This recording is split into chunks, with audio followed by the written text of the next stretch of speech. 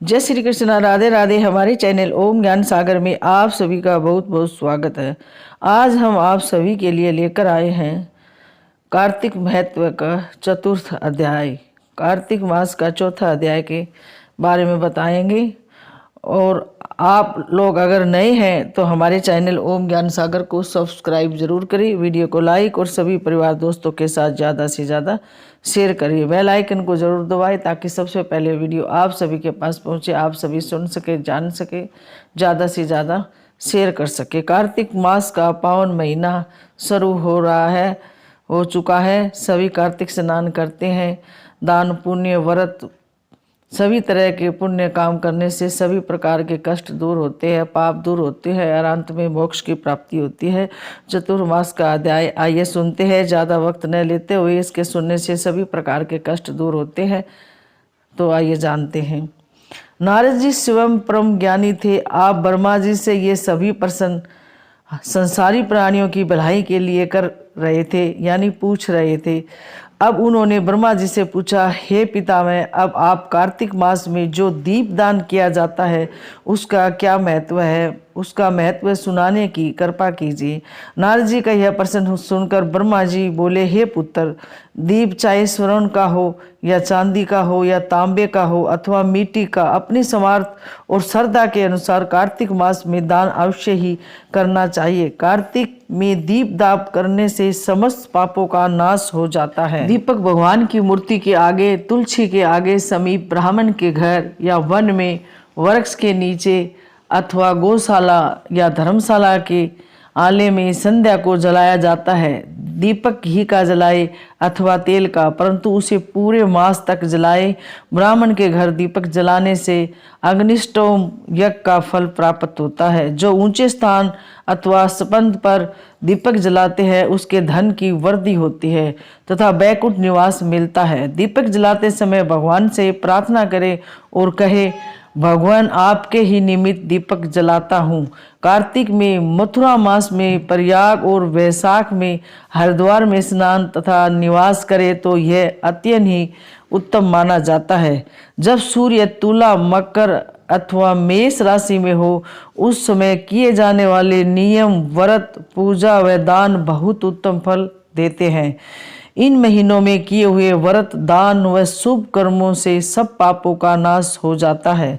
जिस प्रकार भगवान भास्कर के उदय होने से अंधकार का नाश हो जाता है और ब्रज से पर्वत का, गरुड़ से भय से सर्पों का, पवन से मेघ का, ध्यान से दुख का और सिंह के भय से मृगों का नाश हो जाता है, उसी प्रकार श्री मथुरा जी के दर्शन मात्र से ही सब पापों का खात्मा हो जाता है। कार्तिक मास में स्नान व जागरण, दीप दान, तुलसी सेवन, भगवान के मंदिर में मार्जन, झाड़ू लगाना, गाना, भगवान की कथा सुनना, सुनाना, कीर्तन करना, कराना, ये सब शुभ कार्य है।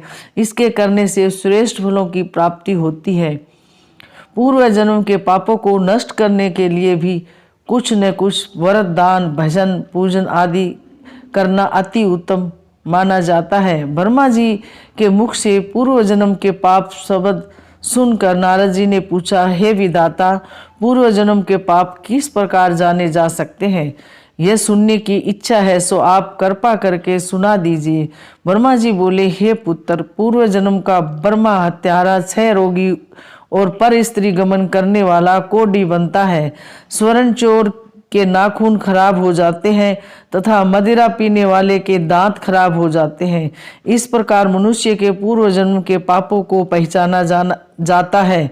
इस प्रकार के सभी पाप दान, तपस्या, कर्तव्य, व्रत आदि से निवारण हो जाता है। ब्रह्मा जी ने आगे कहा, अब हम कुछ व्रत आदि बतलाते हैं। एक समय भोजन करने से तथा 3 दिन सायकाल और 3 दिन प्रातःकाल भोजन करने से अतिकृष्ट व्रत कहते हैं। सायकाल में 12 ग्रास और प्रातःकाल में 26 ग्रास अथवा 26 ग्रास खाने को भी अतिकृष्ट व्रत कहा गया है। 3 दिन खाए और फिर 3 दिन उपवास करे तो यह भी अतिकृष्ट व्रत होता है। सायकाल में 1 ग्रास और प्रातःकाल में 1 ग्रास, फिर 2 दिन बगैर मांगा हुआ तथा 2 दिन तक उपवास करे तो ये भी कर्षसार व्रत कहलाता है। 21 दिन तक केवल दूधम पीता रहे या यह कार्तिकर्ष व्रत कहलाता है। 12 दिन उपवास करना पुराक व्रत कहलाता है। 4 दिन कुछ नहीं खाना, फिर सुत्तू खाना या फिर छाछ पीना। इसके पश्चात ब्राह्मण को दक्षिणा देना सौभ्य कक्षक व्रत कहलाता है। इसी प्रकार 12 दिन तक उपवास करना द्वादश कर्षक व्रत कहलाता है। तुला पुरुष का दान करना और गोघृत, गोबर, दूध, दही तथा कुश का जल पीना और दूसरे दिन उपवास करना यह कर्षत संतपतन व्रत कहलाता है। 3 दिन गोमूत्र, 3 दिन गोबर, 3 दिन दही, 3 दिन दूध और फिर 3 दिन तक घी खाने से भी कर्षत संतपतन व्रत होता है। यह समस्त पापों को नाश करने वाला व्रत है। इसी प्रकार गुलर, कमल, बेल के पत्ते या कुसा का जल प्रतिदिन पीना भी उन कर्षत व्रत है।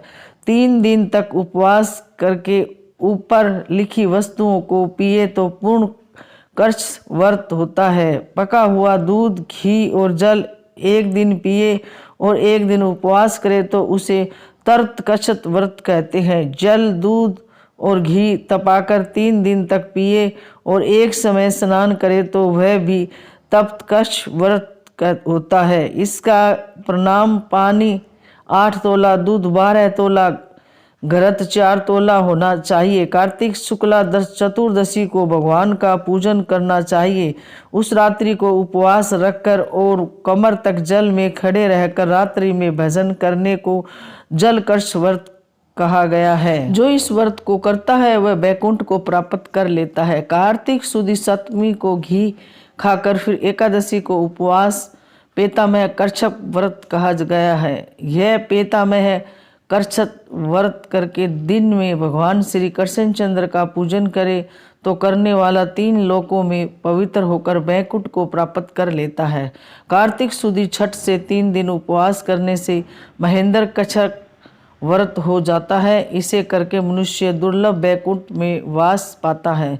3 दिन अन्न भक्षण करने और 3 दिन उपवास करने से पत्र पंचक व्रत हो जाता है। इसे वैष्णव कर्ष व्रत कहते हैं। यदि एकम से पंचमी तक के केवल दही खाए फिर एकादशी तक द्वादशी को भगवान का पूजन करे तो उसे परम कर्ष व्रत कहा गया है। इसके करने से सवेद दीप में वास मिलता है। जो शुक्ल पक्ष की एकम से प्रतिदिन 1-1 ग्रास कम करता है तथा अमावस्या को कुछ नहीं खाता तो यह चंद्रायण व्रत कहलाता है। 1 ग्रास 2 तोले अर्थात 25 ग्रास के लगभग मानना चाहिए। एक बार में जितना भोजन आसानी से मुंह में आ जाए उतना ही ग्रास होना चाहिए। कृष्ण पक्ष के आदि में 14 को 5 ग्रास, फिर प्रतिदिन 1-1 ग्रास बढ़ाकर एक पक्ष में 240 ग्रास पूरे करने चाहिए। इसे भी चंद्रायण व्रत कहते हैं। 2 सप्ताह तक गाय के सतनों को दूध पिए, फिर 7 दिन तक 2 सतनों का दूध पिए और फिर 6 दिन तक 1 स्तन का दूध पिए। फिर 3 दिन अन्न जल कुछ न लेकर केवल वायु ही सेवन करने से तमोपान नामक व्रत पूर्ण होता है। यह व्रत समस्त पापों का नाश करने वाला है। गेहूं तथा चावल की कांजी, दही, दूध, घी, जल और पंचाग्रह तथा निम्नलिखित सब चीज़ों नियम पूर्वक कार्तिक मास में खाने से भी साप्ताहिक कर्षक व्रत हो जाता है। इस व्रत को करने वाले को भी विष्णु लोक की प्राप्ति हो जाती है।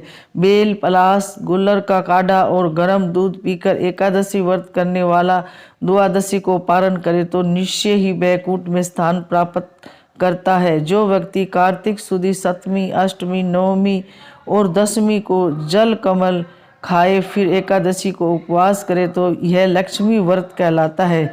इस लक्ष्मी व्रत को करने वाले पर लक्ष्मी जी की कृपालु बनी रहती है और हमेशा उनका आशीर्वाद मिलता है और अंत में उन्हें भगवान विष्णु के बैकुंठ लोक में वास मिलता है। प्रातःकाल में 4 ग्रास और सायंकाल न खाने से शिशु चंद्रायण व्रत होता है। जो व्यक्ति कार्तिक सुदी सप्तमी, अष्टमी, नवमी और दशमी को जल कमल खाए फिर एकादशी को उपवास करे तो यह लक्ष्मी व्रत कहलाता है। यह लक्ष्मी व्रत को करने वाले पर लक्ष्मी जी कृपालु बनी रहती है और अंत में उन्हें भगवान विष्णु के बैकुंठ लोक में वास मिलता है। प्रातः काल में 4 ग्रास और सायकाल न खाने से शिशु चंद्रायन व्रत होता है। कार्तिक सुदी 14 के ब्राह्मकृच व्रत में गौरी का पूजन करना चाहिए। इसकी विधि इस प्रकार है। गोमूत्र, गोबर, दूध, दही, घृत और कुशा का जल लेकर इन सब को मिलाकर पंचांग बनावे। लाल रंग की गौ का मूत्र, सफेद गौ का दूध, नीली गौ का दही, काली गौ का घी। यदि किसी वजह से यह न मिल सके तो दूसरी तरह की भी पंचव्रत बनाया जा सकता है। मिलाए जाने वाली वस्तुओं की मात्रा इस प्रकार है। गोमूत्र 8 मासा ग्राम या मिलीमीटर, गोबर 19 मासा, दूध 12 मासा, दही 10 मासा, घी 8 मासा और कुशा का जल 4 मासा। गोमूत्र गायत्री मंत्र पढ़कर, गंध द्वारा से गोबर पय, पृथ्व्या से दूध, दधि करवार्यो मंत्र से दही, तमोमसी पढ़ घी और दवेश्यति मंत्र पढ़कर कुशा का जल मिलाना चाहिए। इसको कुशा के पत्तों में रखकर विधिवत हवन करे। वेद के इन मंत्रों से आहुति देनी चाहिए। इरावती, इंद्र, विष्णु, विक्रमी, सरवती, मस्तनोक, सवती इन मंत्रों से आहुति देकर बचा हुआ पंचव्रत पान करना चाहिए। यह पलाश के पात्र में या स्वर्ण अथवा चांदी के पात्र में पान करना चाहिए। एक दिन तथा रात्रि उपवास करे, साथ ही भगवान का स्मरण करे। यदि स्त्री व्रत करे तो अपने पति की दीर्घ आयु की कामना भी करे। आंवला या तुलसी का पूजन करना चाहिए। व्रत समाप्ति के निमित्त ब्राह्मणों को गोदान करना चाहिए। इन व्रतों को करने से व्रत करने वाला भगवान का प्रिय पात्र तो बनता ही है, इस लोक में सभी सुख और ऐश्वर्य भोग कर अंत में मोक्ष की प्राप्ति भी करता है। यह था कार्तिक मास का महत्व का 4th अध्याय। इसमें भगवान ने व्रत कैसे करने चाहिए और कैसे दीपदान करना चाहिए, पूजा विधि, बहुत सी जानकारियां अध्याय में बताई गई है। आप ध्यान से इसको जरूर सुने और कार्तिक मास स्नान करने वाले को सभी को ये अध्याय, व्रत कथा, कहानी जरूर सुननी चाहिए। कार्तिक मास के नियमों का पालन करना चाहिए, इससे भगवान प्रसन्न होते। तो मिलते हैं ऐसी एक और नई जानकारी के साथ। जब तक आप सभी लोग स्वस्थ रहे, मस्त रहे, खुश रहे, तरक्की करे, उन्नति करे, भगवान आप सबकी हर मनोकामना पूरी करे। जय श्री कृष्णा, राधे राधे, धन्यवाद।